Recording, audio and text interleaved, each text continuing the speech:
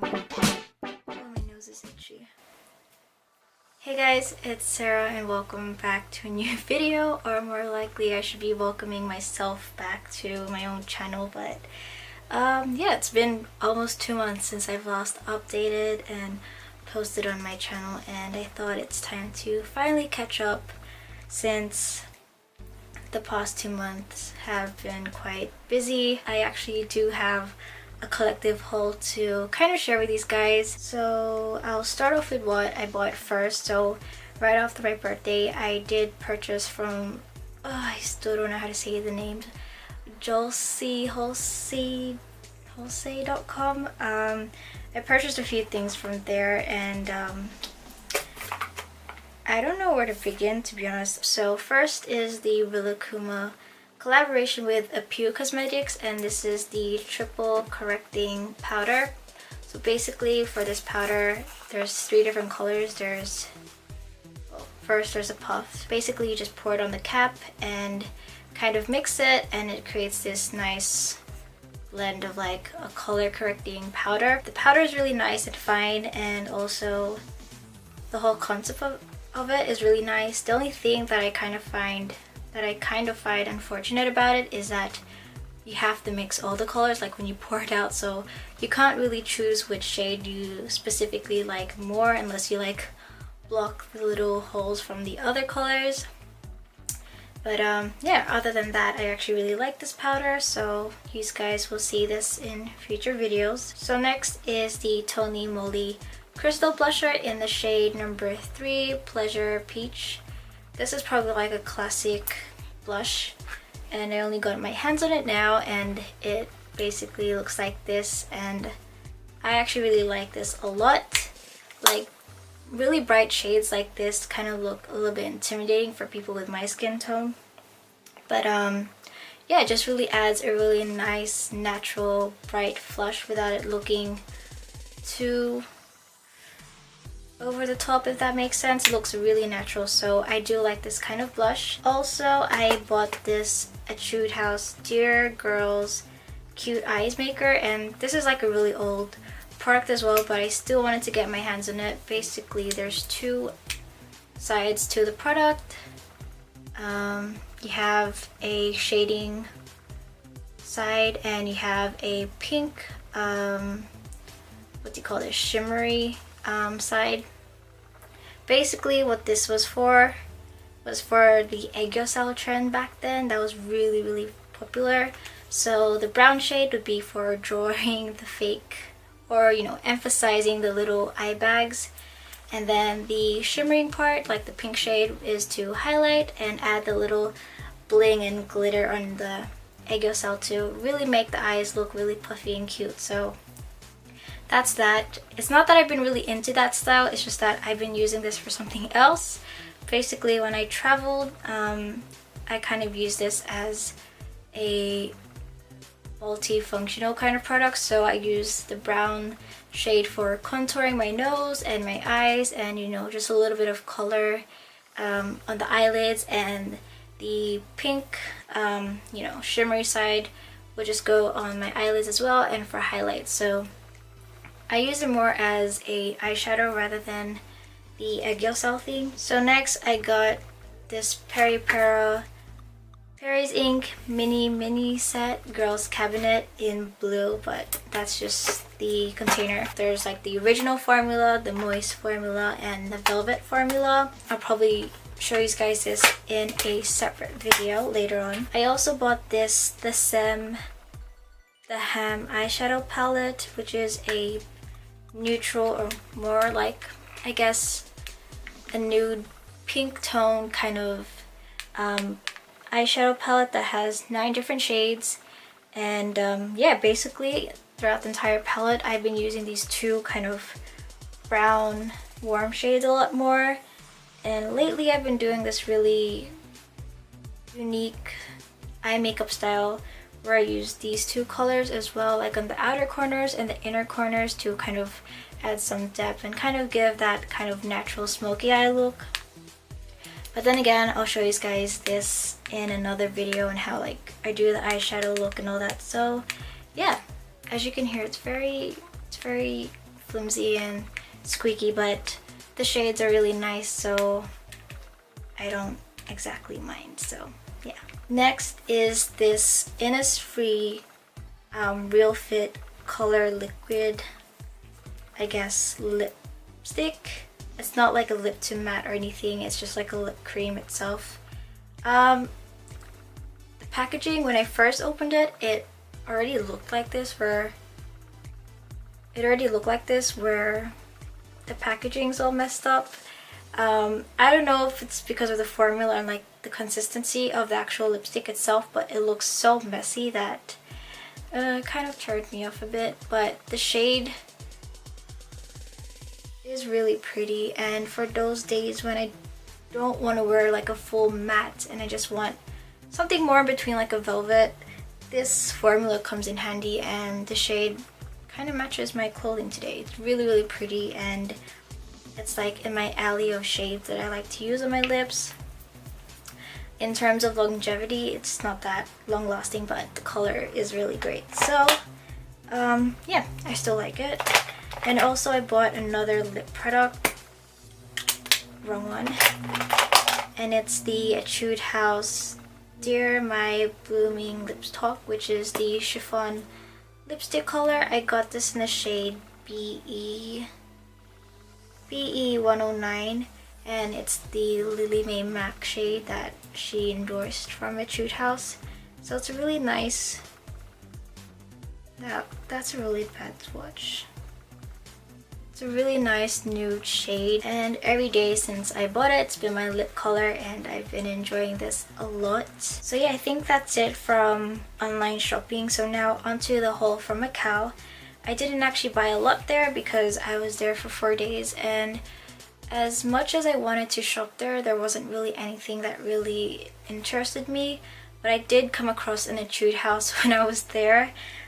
So I didn't want to say no to the opportunity because I did want to check out a few of their new products, and I was hoping they had this one particular product that I wasn't able to get when I was in Japan early this year. So I really didn't buy a lot, and the first thing I can show you guys are eyeshadows. Now, I haven't really bought like the single eyeshadows from Etude House because online it's a little bit harder. Like, you can see the color, but it's best to like personally swatch it. So I had the opportunity to do so, and I bought 4 shadows. I guess I could just give these guys the name. This is BE 102, which is Honey Milk, and this is from the Look at My Eyes Cafe, which is more of a kind of matte range of shadows. It's so hard when you have long nails far out. So this is Honey Milk, and basically it describes its shade from the name. It's a very light matte shadow, which I thought would be good for highlighting and for a base color. So that's that shade. The second shade is BK 802 Lady Earl Grey. It's a matte shade, but it's kind of like a cool tone gray purple shadow. So yeah, I don't know, out of all the shades that was there, this was the most appealing brown shade. I also got another matte shade from the Look at My Eyes Cafe series, and this is in RD 301. The name of it is in Korean, so I'm not even going to attempt to embarrass myself in front of you guys, but it's that pink dusty rose kind of color that I personally enjoy a lot, so I had to get a shadow version of this. And last, I decided to purchase this kind of shimmer glittery one, which is in BE 105 Twinkle Wink, and this is from the Jewel collection. It's basically,